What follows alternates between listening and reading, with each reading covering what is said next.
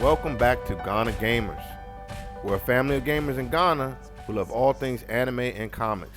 Today we will be continuing on with our episode about Vampire Hunter D and our showcase. This time we're going to use them in PvE. So we're taking the same gear sets that we use in the PvP video and going to apply the PvE to show how effective it can be.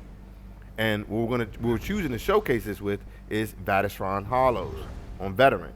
Vateshran Hollows is I guess you could call it a very difficult single player content in this game, PvE, player versus environment. And the thing about Vateshran Hollows is there's no help, no outside help, there's no companions, there's no nothing. It's just you and the mobs. So remember, we're using the Unleashed Terror set that we've talked about in our last video, as well as the Oblivion Edge. So we're stacking bleeds from the charge of our attacks, and after we do 3 cleaves, we're adding 3 more bleeds to that. And the Oblivion Edge is giving us massive weapon damage, I think like 500 in all, or a little bit over 500 in all, as well as giving you health every time you kill a target, like 15k or so. So you're getting a massive heal and a lot of weapon damage. Now, as we approach the first little mini boss, the Gatekeeper here, you see our rotation is very simple. As I stated before, I'm not particularly a good player, and I know there are a lot of good players in this game, but I'm not one of them. I'm middling at best. But this build is so easy that anybody can really use it. So all you gotta do is make sure you keep 3 stacks of the cleave on the target and make sure you keep the charge damage up. And you see how their health bar shrinks like that? That's from hemorrhaging, what I was talking about in the other video. This is what makes it so lethal to vampires in particular, because vampires, especially level 4 ones, they can't heal. No self-regeneration anyway, right? They can heal themselves, but they don't have self-regeneration. So anything you're doing that's reducing their health bar and reducing their health on a constant basis forces them to have to heal. It applies pressure to them. So that's why he's really, really good against vampires. And werewolves, like I said, I got a disease enchant, I stacked the bleeds, and then obviously my ultimate, Dawnbreaker, which also does a good job against them. So this build is particularly set up to fight all things undead, and even Daedric, as you see in this case. So we got past the Gatekeeper with relative ease, and then we have to go into this second one, which is basically the same exact thing as the other one, but again, simple strategy. Charge in, give some light attacks to get your focus, relentless focus up. That gives you 5% damage. Keep that on your back bar, and I'm using a Vateshran's 2-hander on my back bar, so I get 10 stacks of that, which is even more weapon damage. And just make sure you keep your bleeds on them, and when they get in execute range, just spam execute. Now, I know people may have noticed that I'm actually using the assassination execute instead of the 2-hand execute. This is not ideal, it's not what I would want to do, but I don't really have a choice because I want that 10% critical damage I'm getting from the assassin tree. And you can't get that unless you have an assassination ability on your bar. I didn't have anywhere else to put an assassination ability, so I put it for the execute. The 2-hander execute is far superior to the assassination tree execute. But it also gives a heal with the assassination tree, so it fits into the whole hyper regenerating build, type of thing we got going on here. So this is the first sub-boss, or mini-boss, I would say. You get 2 bosses per these things, and this is only the blue side we're working with here first. So today is solely going to be about going through the blue side. And the first sub-boss, as you can see, I'm just cutting through him. Again, I'm not particularly very skillful, but the build is so easy that I just chop through him like nothing. He's basically dead, and as soon as he's dead, we move on to big boy here. And all you got to do is just keep your cleave going. Now, cleave is a very resource expensive ability, so you have to be careful about managing your abilities, which is why you have to weave in heavy attacks here and there. And this actually feeds into our build because, as I said, we're using a Vateshran's 2-hander on our back bar, which gives you a bonus 10 stacks. And at 5 stacks, you can release the damage into a heavy attack, which is more burst damage. This is how you saw in the PvP video, we were able to actually cause people some problems sometimes. Now, the fear ability here isn't really working too much for like bosses and everything, but it does work for trash mobs, so I keep it on the bar. You can replace this with anything else like your heal or anything else you want from Shadow, and it'll work just as fine. It'll still give you the health buff, and you won't be deficient in anything. But I like it for the ads so I can cleave them, which is a lot of them, and I can fear them, which gives me breathing room to continue to damage. So Big Boy, this boss does a decent amount of damage, but he's only really dangerous when he puts the AoE thing on the ground, his circle of electrical death that he puts on the floor. As long as you stay out of that and keep your bleeds on him, your cleaves and your charge, he falls fairly easy. He just got more health points than the little guy does. And you saw right there, that explosion from the ground, that was the Vateshran's two-handed release of those stacks. You can see it on my bar as I'm building up stacks. And every time I switch to my back bar to reactivate my rally, I'll release the Vateshran's, not the Vateshran's, but the Relentless Focus arrow. So, first sub-boss done, no problem. Get your reward, move on. This build is perfect for those of us who are not as apt at their footwork as some of the other players are, right? Some people, I see them kite around and doing all that stuff. Well, my charge will bring me right to you. Problem solved. My cleave hits in a cone attack. So no matter how you're moving, you're going to take this. And the pressure that it applies to people or mobs is that you're taking damage constantly from this thing. Constantly. So we go through a few of the mechanics here, hit some switches. No problem. So we can go fight the next boss. Now the next boss is this gargoyle thing we have to fight. And it has laser beams shooting from the ceilings. I've seen a lot of people have problems with this, and I know a lot of people, myself included, who personally have problems with dealing with this boss just because of the mechanics of it. Like, those laser beams are just annoying.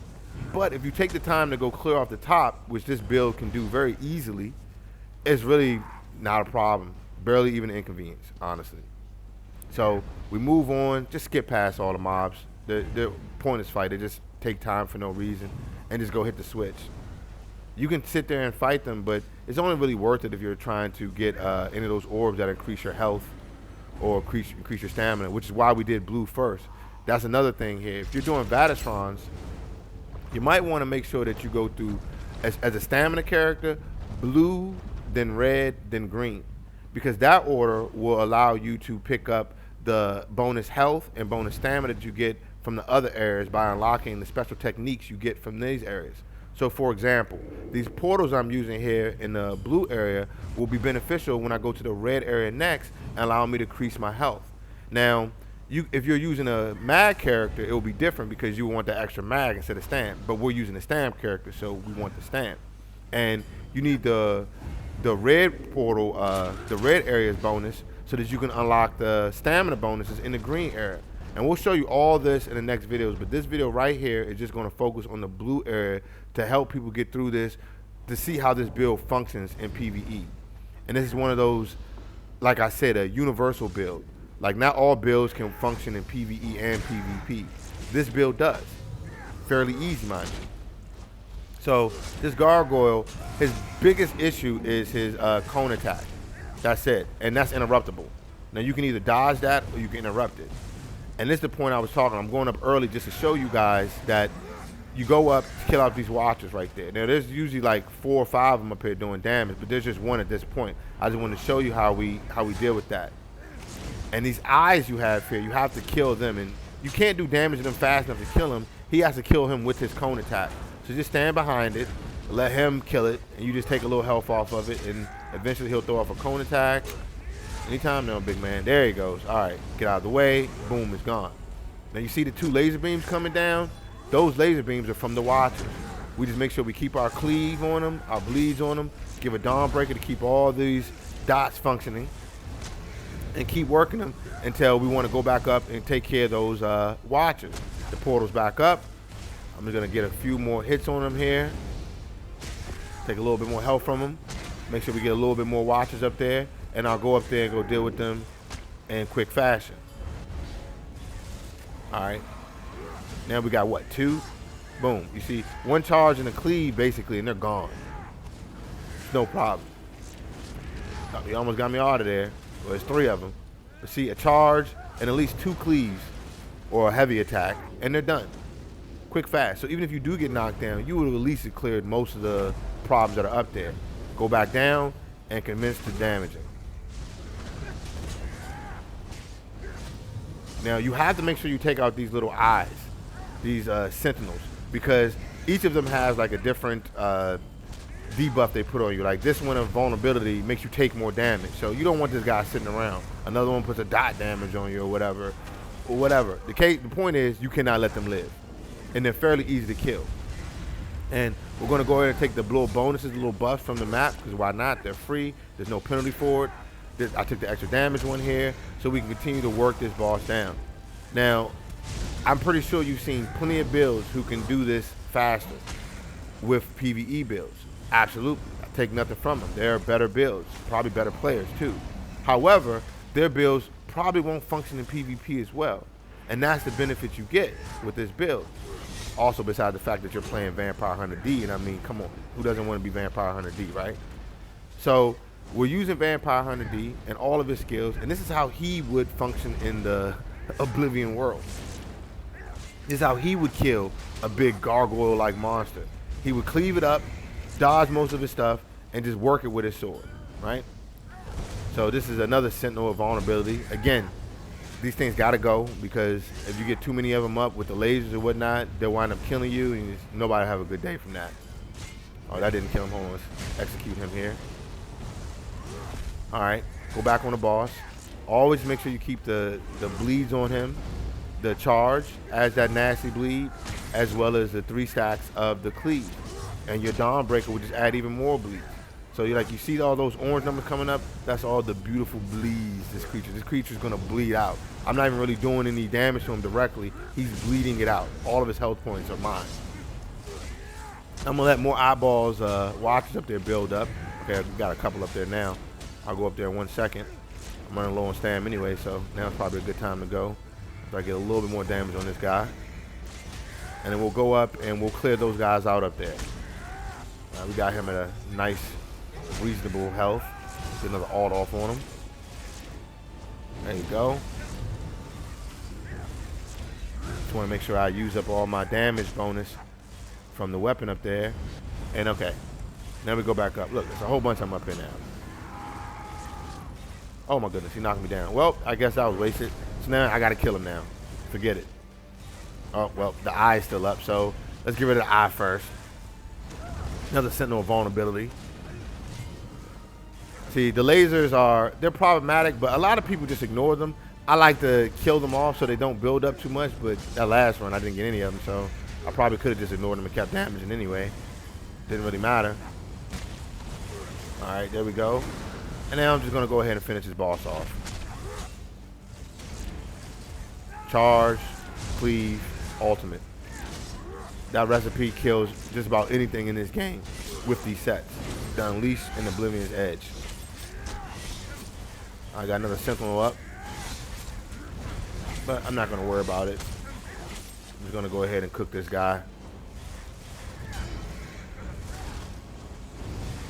Yeah, this is why you kill the laser beams off. They're everywhere. Well, I like to kill them off anyway, because they get to be all over the floor and it's like a light show. You gotta avoid all of them. But a few more executes and big boy's done. Problem solved. So this is the blue side. We'll upload the red side today, and you'll get to see how he functions in that capacity. And him being a vampire should be very interesting because red does fire damage. Thank you for tuning in. We appreciate you. Take care.